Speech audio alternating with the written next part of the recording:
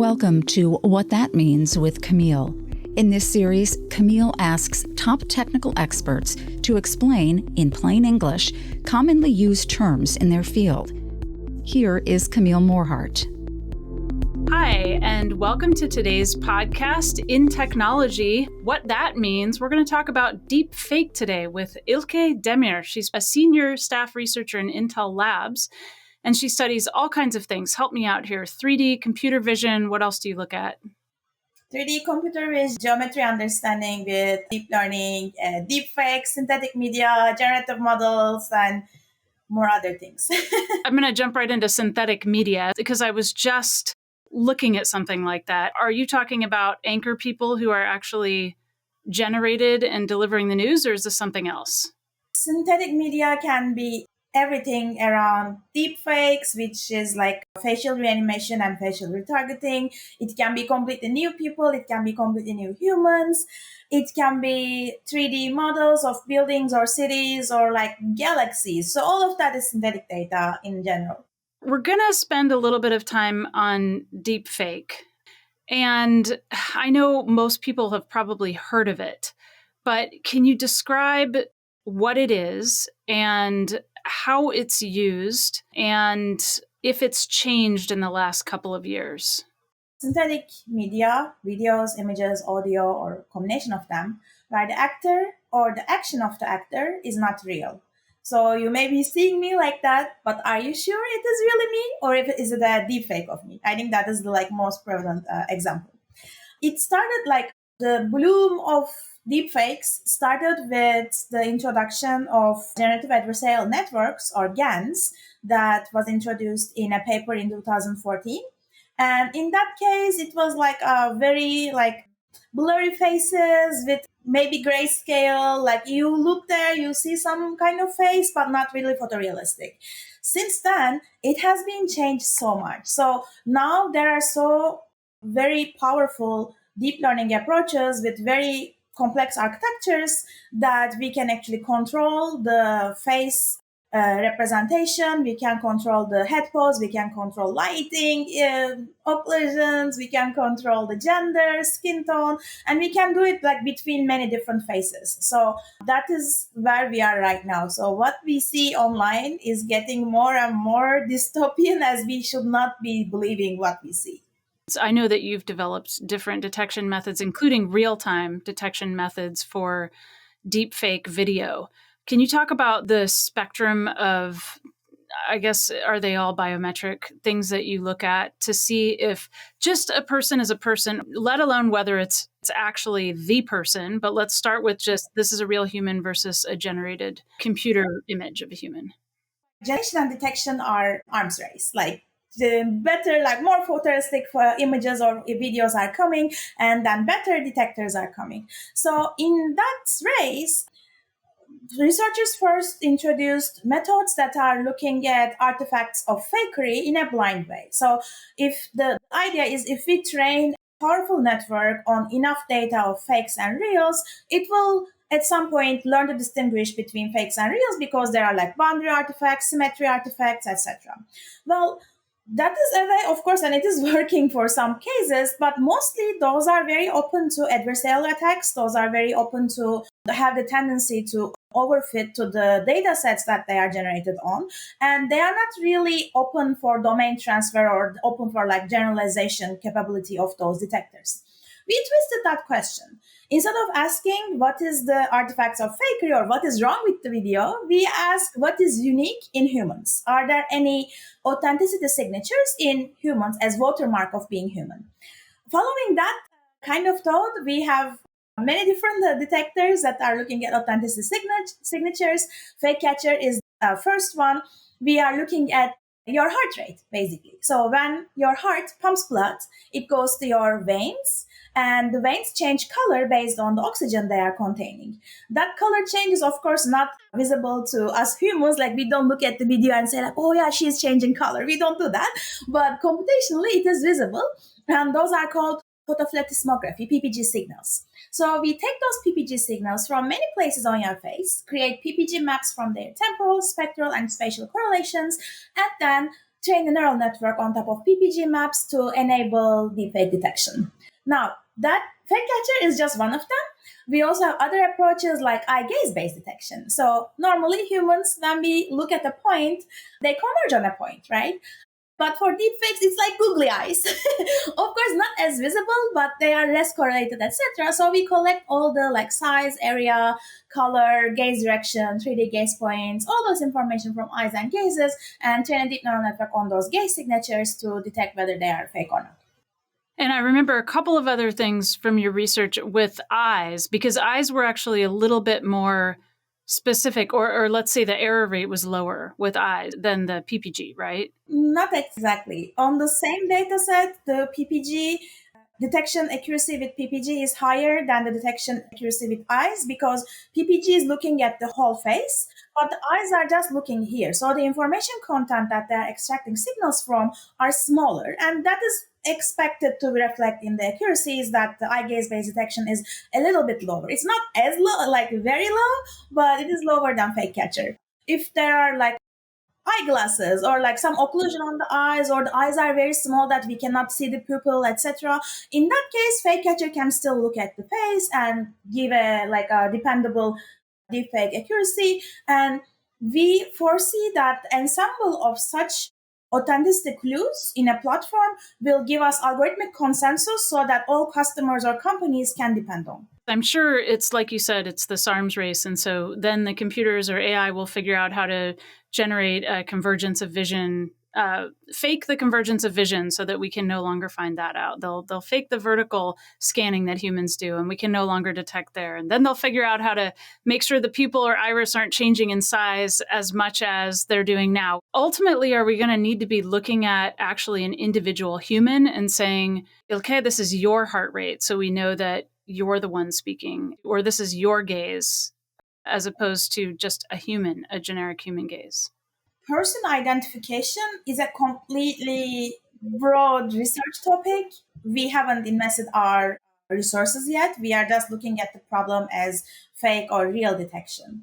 For heart rate, it is very unique to humans. So if you have the actual heart rate that is measured, that heart rate and how it is changing can be strong signal to identify a person, identify that like it is Ilke that is talking. But finding that heart rate exactly from the video is not really possible because there are so many things that are changing. Even if you are looking at my face with no occlusions, no lightning conditions, the camera parameters may add something, the illumination may add something, like something passing by my window creating a shadow on me may affect the PPG signal. So exactly finding that unique signature per person from video is very hard. So you're not looking into watermarkings, for example, an individual human, or identifying an individual human and then saying, validating that that is the person whose video it is. We are finding that real humans collectively have PPG signals that is consistent on their faces. Okay, I have heard some people claim that, did you see the movie Maverick, the new one that came out? Not yet, sorry. Oh, okay.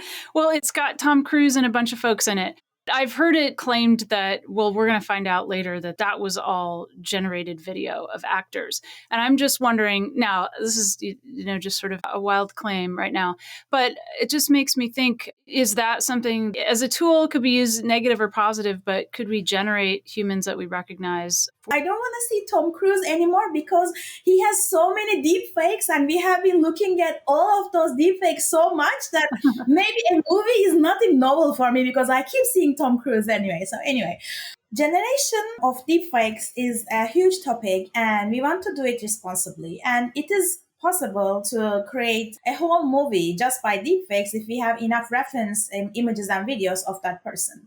Not for 2D movies, but actually for 3D. We have a story to tell here. We were doing 3D capture, 3D volumetric reconstruction that is used in AR and augmented and virtual reality movies, which actually premiered in Venice Film Festival, Tribeca Film Festival, etc. So we had those 3D productions in Intel, and one of them is an AR series. So for that AR series, because of COVID, the actor couldn't come to this huge studio for volumetric capture. We said, okay, like take a video of yourself at home with the script so that we can actually make a 3D deepfake of you using the 2D footage that you give us and using the earlier 3D footages that we took, that we reconstructed of him. And we actually did that face retargeting, which is like taking the mouth, hand gestures, like facial gestures, etc., from 2D video and applying it to the 3D capture of him that mimics him in 3D. So if we did this for that little AR series very quickly, then it is definitely possible to do it in 2D, which is a little bit easier to do for the whole movie. Do you have any concerns about this? Just generally, when you think about deepfake, like what do you tell people to worry about? Or is it sort of shrug your shoulders? And what kinds of things are people looking at moving forward? I mean, we have ideas of verifying our identity for things maybe that we're posting. We used to think of video as a way to verify we actually said it. What kinds of directions is the world looking at taking to verify identities? Our presence is pushed more from physical presence to digital presence. And we have all those like passports, IDs, everything to verify our physical presence, but not our digital presence. There are some biometrics that are going like fingerprints, etc., or retinal scans, but they are like a little bit more high level. It's not like used for our video like this, right? So we are trying to implement deepfake detection for that because we have seen in news and in many real world cases that deepfakes are used for political misinformation, for forgery, for fake court evidences, for adult content, and for all of them we need some verification purposes, we need some authentication purposes, and deepfake detection is one of them.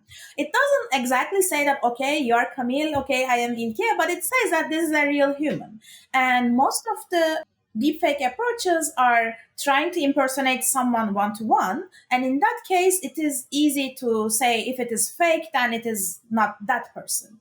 We are also developing other approaches about how we can create responsible deepfakes, how we can like enable that creative process of creating synthetic humans, creating digital humans in a way that it is responsible and it's not impersonating someone one-to-one.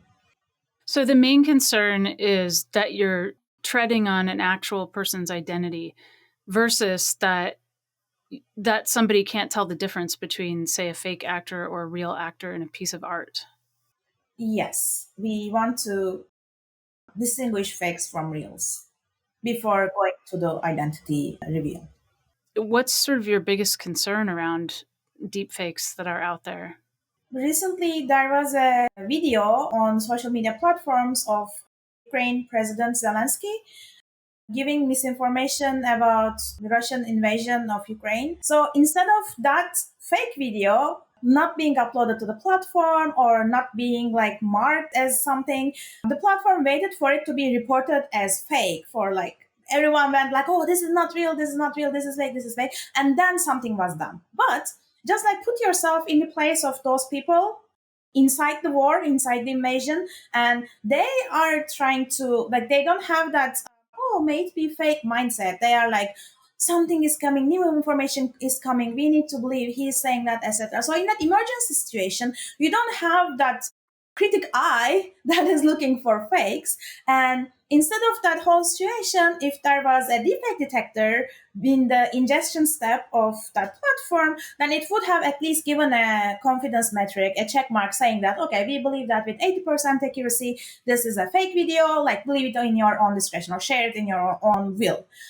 That didn't happen. So this is just the beginning. And especially for elections, especially for like defaming purposes, etc., deepfakes are really going there. There are like certain individuals that are really affected from those consequences. And we don't want that to happen. And that is like the worst part, I guess. Is that kind of the extent of where you think it's headed? That there'll be, we'll just say bad actors, I guess, out there impersonating people and putting things in their likeness that aren't true? Or is there some other kind of place that this could go? Well, that is the immediate case, right? Like we have heard that because of audio deepfake, some CEO was forced to give like millions of dollars away to someone, but that was just a deep fake. It wasn't real, etc. So those are only the immediate steps. But as those cases increase and increase and increase, it will at some point it will emerge in a place that no one will believe everything. Like even if someone is going out there and saying the truth with all the authenticity, people will say, "Oh, that's probably deepfake." Oh, like I won't believe it. Or like people that trust each other will share deepfakes unknowingly, and that will break the trust between those people. So all of these scenarios in an accumulated way is going towards a really dystopian future where there's social erosion of trust. And that social erosion of trust is not only affecting the future of media, future of digital personas, it is affecting the future of us as our culture. Our trust is degrading. Our things that we see are degrading. Like all of these combined in a, like where you want to be heard, where you want to be seen, you won't, because everyone will think that it is a fake, or like everyone will lose the faith in videos in digital formats. So, will there be ultimately then some kind of movement toward establishing provenance when videos are made? Or by provenance, I mean the origin can be proved somehow or attested somehow as the true source? Exactly. You are just on that point. I was about to say that. So, of course, this is like the like evil future from generation standpoint. But from like other research, of course, there's detection as the short term. But for long term, there's media provenance research that is going on very in a collective way. And media provenance is knowing how a piece of media was created, who created it, why it was created, was it created with consent? Then throughout the life of media, was there any edits? Who made the edits? Was edits like allowed as a, like all of the life of media and what happened to it will be stored in that provenance information. And because of that provenance information, we will be able to believe what we see, saying that okay, like we know the source, we know the edit history, etc. So this is a legit piece of media, which is original or fake, because there are so many creative people like visual artists, like studios, and those are like those have been creating synthetic media and synthetic data like through their lives. So we want to also enable that. For that purpose, there is currently a coalition, C2PA, Coalition for Content Protection and Authentication. That's a coalition for media provenance with Intel and Adobe and Microsoft and ARM and several other companies, where they put together all the beautiful minds of all of those people to create open technical standards, to create policies around content generation, media provenance, and how we can enable and protect the trust in media all at the same time.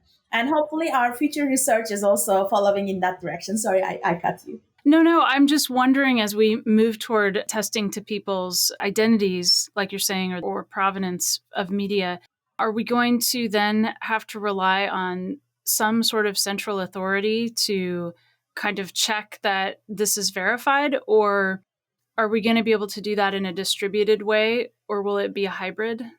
That is a perfect question. There are several ideas about that, but our research is to actually make media live on itself. So the authenticity information should inherently be embedded in the media itself. So we can, like watermarks that have been Like used in the file, you mean? yeah, in the file, but in the file in a way that it is protected and not changed, right? So we want the media to be self-explanatory and self-authentication enabled. So, for example, if we have all of these generative adversarial networks that are creating very nice synthetic media, can we actually embed the authenticity information and provenance information inside that media? So when it is rendered or when it is consumed or when it is downloaded, the authenticity information is decoded and it gives the information. If it is a fake piece of media or unauthentic version, then the decoder will say that, well, this is not the key. This is not how it was created. So this is not it. Our research will be more focused on that, but there are other like crypto-based systems or like blockchain systems that are doing that authentication and verification of genuine media. Is what you're talking about just before the crypto systems, is that hardware based or software based or both? So ideally, if we have all the camera manufacturers in the world come together and decide that, okay, we need to do this hardware based authentication for all the photos that are taken in the world, that would be a hardware based solution and it would be a lovely solution. But of course, that is like a maybe too long term of a solution that we cannot gather all the camera manufacturers in the world, right? So we need to have software based solutions. Now, where do you put those software based solutions in the life of a media, right? You can try to put it at consumption, but it is too late. At consumption, it was already created, edited, done something. On consumption level, we only can do detection and we can also do source detection. So for synthetic data, for like synthetic video, we can actually, we published some work for detecting the source generative model of a video so that we can say, okay, this was created by face swap, this was created by face to face, etc. So that is one little information that about provenance that we can give at the consumption time. Now, if we go back to one step before, which is probably the editing time, in the editing time, maybe some of the software editing tools can embed some certificates, some signatures inside the data so that it will be at least known that it was edited by the software. The creation is unknown, but editing is known. And again, if we go back and back, if it was a synthetic media that is created by a software, we can use those like authenticator integrated GANs that I talked about. Or if it's hardware, then we still need something in between to anonymize all authenticity representations. So should artists and politicians and other people who are in media often pay close attention now to what kinds of contracts they're signing in terms of what digital content rights they retain? Is that kind of a hot topic right now? Absolutely. I don't know whether you have seen that there was a news article saying that Bruce Willis gave away his deepfake rights to some company. And it was like, wow, like they can do a whole Bruce Willis movie without Bruce Willis, you know? Then there was like a few days ago, there was another news article saying that, well, that information was fake. Bruce Willis signed a deepfake contract. I think people are like, and especially in those cases, people are looking at more and more. I still wonder, like all of those Tom Cruise videos, like do anyone pay for Tom Cruise's likeness in that video if that video is going viral and they are making money off from that video, like for example, right? Or is there any revenue to Tom Cruise because his face is used? I don't know. So the laws and policies around deepfakes are emerging currently from different parts of the world, from governments. I think in US, deepfakes are still under fair use because they are different domains and for entertainment, so they don't need to be. I don't want to give wrong information about that. We actually had a nice collaboration in UCLA with some legal people that are working on that topic, so I would definitely refer those questions to them. But basically, that's the current landscape right now. What advice would you give all of us who don't have access to real-time deepfake detectors? What are we supposed to do right now when we see things? Of course, I won't say send them to me. We don't have that much capacity. Well, we are running the fake catcher. Anytime we see a viral video, we are like, okay, let's run fake catcher, and it catches. But yeah, of course, hopefully we are having some conversations with different companies about how we can present this to the users, open it to public, or at least can use it in their workflow whenever they have to verify third party information, or whenever some platforms are encountering those fake videos. So hopefully everyone at some point will have reach to those, and if you want to be one of those enablers, then reach out to us. So what should I tell my kids then when they're watching internet videos? How should I let them know, or how should I prepare them? I would say don't believe everything you see digitally. It may be incorrect, or it may be on purpose to deceive you. Hopefully there will be some online tools that they can actually consult to when they see some suspicious videos. So yeah, keep an open eye for things to not be correct, not be real. Again, Ilke Demir is Senior Staff Research Scientist in Intel Labs. What is Fake Catcher before we sign off? Fake Catcher is the deepfake detection solution that is created by me and my collaborator Umur Aybar Çiftçi to catch deepfakes based on heart rates. So based on PPG signals and how our veins are changing color based on our heart rate, we can find that deepfakes are fake and real humans are real. Thank you very much, Ilke, for your time. I really appreciate it. Thank you, thank you. Never miss an episode of What That Means with Camille by following us here on YouTube or search for InTechnology wherever you get your podcasts. The views and opinions expressed are those of the guests and author and do not necessarily reflect the official policy or position of Intel Corporation.